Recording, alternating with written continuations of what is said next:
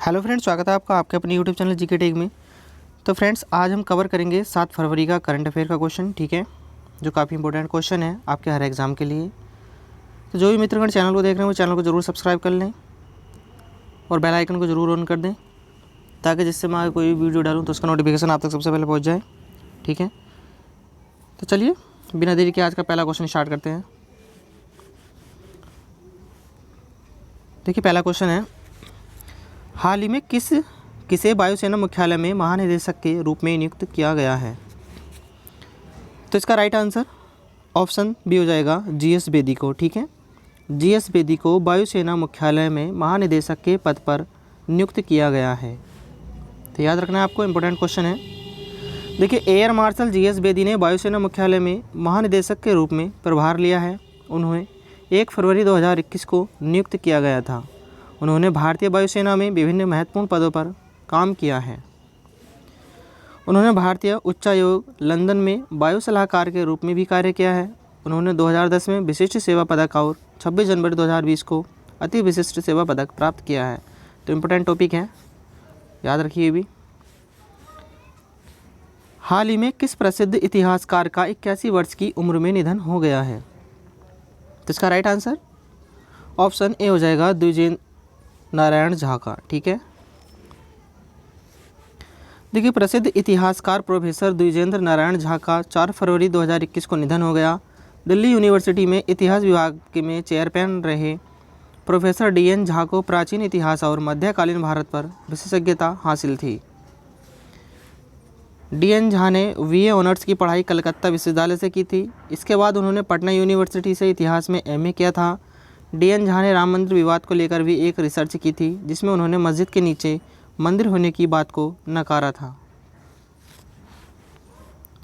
Question number 3 है, किस मंत्रालय ने हाल ही में गोवर्धन योजना पर एक एकीकृत पोर्टल की शुरुआत की है? तो इसका राइट आंसर ऑप्शन सी हो जाएगा जल शक्ति मंत्रालय ने। देखिए, जल शक्ति मंत्रालय ने हाल ही में गोवर्धन योजना पर एक एकीकृत पोर्टल की शुरुआत की है। गोवर्धन योजना को स्वच्छ भारत मिशन ग्रामीण के दूसरे चरण के तहत प्राथमिकता कार्यक्रम के तौर पर अपनाया जा रहा है। इस पहल का उद्देश्य मवेशियों व जैव कचरे का प्रबंधन करना और किसानों की आय बढ़ाना है। तो ये भी आपको याद रखना है। देखिए, हर क्वेश्चन इंपॉर्टेंट है, तो वीडियो को पूरा देखें। क्वेश्चन नंबर 4 है, आरबीआई ने 5 फरवरी 2021 को मौद्रिक नीति समिति यानी कि एमपीसी की द्विमासिक बैठक में रेपो रेट कितने प्रतिशत पर बरकरार रखा है? तो इसका राइट आंसर ऑप्शन डी हो जाएगा 4%। देखिए, भारतीय रिजर्व बैंक ने आरबीआई ने 5 फरवरी 2020 को मौद्रिक नीति समिति की द्विमासिक बैठक में रेपो रेट 4% पर बरकरार रखा है। आरबीआई गवर्नर ने वित्त वर्ष 2021-22 में जीडीपी ग्रोथ रेट 10.5% रखने का अनुमान जताया है। साथ ही चालू वित्त वर्ष की चौथी तिमाही में खुदरा महंगाई दर का लक्ष्य संशोधित कर 5.2% कर दिया है।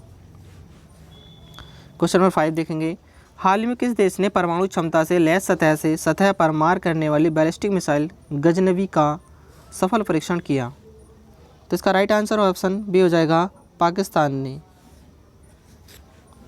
देखिए, पाकिस्तान ने 3 फरवरी 2021 को एक परमाणु सक्षम सतह से सतह पर मार करने वाली बैलिस्टिक मिसाइल गजनवी का सफल परीक्षण किया है। गजनवी मिसाइल 290 किलोमीटर तक के लक्ष्य को नष्ट कर सकती है। गजनवी का परीक्षण दिन और रात दोनों मोड के लिए किया गया है। इससे पहले परमाणु सक्षम सतह से सतह पर मार करने वाली बैलिस्टिक मिसाइल शाहीन थर्ड का परीक्षण 20 जनवरी को पाकिस्तान द्वारा किया गया था। तो ये भी आपको याद रखना है। 2020 लोकतंत्र सूचकांक में भारत कौन से स्थान पर रहा है? तो इसका राइट आंसर ऑप्शन डी हो जाएगा 53वें स्थान पर। 2020 लोकतंत्र सूचकांक में भारत में 53वें स्थान पर रहा है, लेकिन इसी सूची में अपने अधिकतर पड़ोसी देशों से ऊपर है। भारत को साल 2019 में 6.9 अंक मिले थे, जो घटकर 6.61 अंक रह गए हैं। क्वेश्चन नंबर 7 देखेंगे, इसमें से किस शहर के पीजीआई देश का पहला एम्प्यूटी क्लिनिक खोला गया है? तो इसका राइट आंसर ऑप्शन बी हो जाएगा चंडीगढ़ शहर में। देखिए, चंडीगढ़ में पीजीआई में हाल ही में देश का पहला एम्प्यूटी क्लिनिक खोला गया है। इस एम्प्यूटी क्लिनिक में अपने अंग गंवा चुके मरीजों के इलाज के साथ पुनर्वास की व्यवस्था भी की गई, जिससे मरीज को दुर्घटना के बाद सामान्य जीवन जीने में कोई परेशानी न हो। अगला क्वेश्चन देखेंगे, कोल इंडिया ने कार्बन उत्सर्जन में कमी लाने और परिचालन सुधार के उद्देश्य से किसके साथ समझौता किया है? तो इसका राइट आंसर ऑप्शन ए हो जाएगा, एनर्जी एफिशिएंसी कंपनी के साथ। देखिए, कोल इंडिया लिमिटेड ने हाल ही में कार्बन उत्सर्जन में कमी लाने, परिचालन दक्षता और लाभ बढ़ाने के उद्देश्य से एनर्जी एफिशिएंसी सर्विसेज लिमिटेड यानी कि EDSASL के साथ समझौता किया है। इस समझौते के तहत EDSL कोल इंडिया को 460 करोड़ यूनिट ऊर्जा का सालाना खपत में 10 से 15% की कमी लाने में मदद करेगी। तो ये सब आपको याद रखना है। क्वेश्चन 9 देखेंगे, इंग्लैंड क्रिकेट टीम के जो रूट 100वें टेस्ट में शतक उड़ने वाले विश्व के कौन से खिलाड़ी बन गए हैं? तो इसका राइट आंसर ऑप्शन सी हो जाएगा, नॉर्वे। देखिए, इंग्लैंड क्रिकेट टीम के जो रूट हाल ही में भारत और इंग्लैंड के बीच चेन्नई में खेले जा रहे 100वें टेस्ट में शतक जड़ने वाले विश्व के नॉर्वे और इंग्लैंड के तीसरे खिलाड़ी हैं। उन्होंने लगातार 3 टेस्ट में शतक लगाया है। वे 98, 99 और 100वें टेस्ट में शतक जड़ने वाले दुनिया के पहले खिलाड़ी बन गए हैं। निम्न में से किस कंपनी ने अमेरिका से कार्बन न्यूट्रल ऑयल की दुनिया की पहली खेप मंगाई है?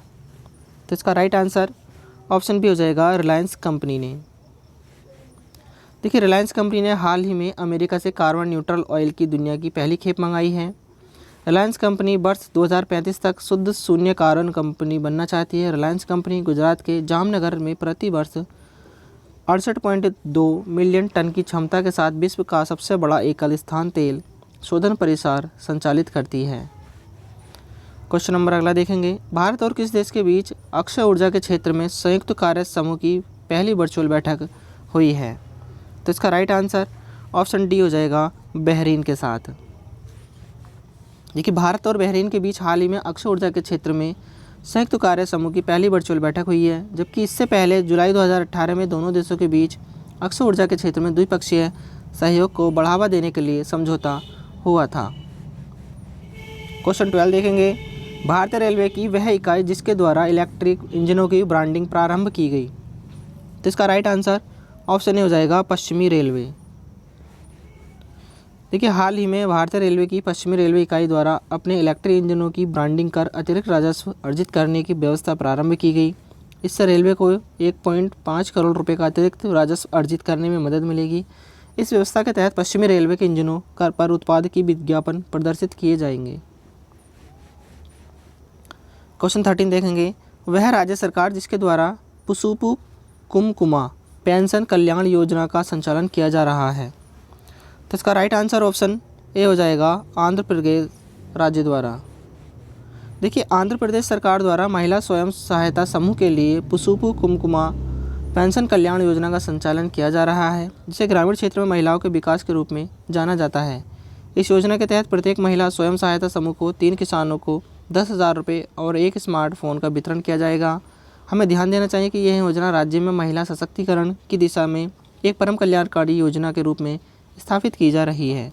तो इम्पोर्टेंट है एग्जाम के लिए। क्वेश्चन अगला देखेंगे, वह राज्य सरकार जिसके द्वारा सरकारी सेवाओं तक पहुँच को डिजिटल माध्यम से सुलभ बनाने हेतु जन सेवा योजना प्रारंभ की गई है? तो इसका राइट आंसर ऑप्शन ए हो जाएगा, कर्नाटक राज्य।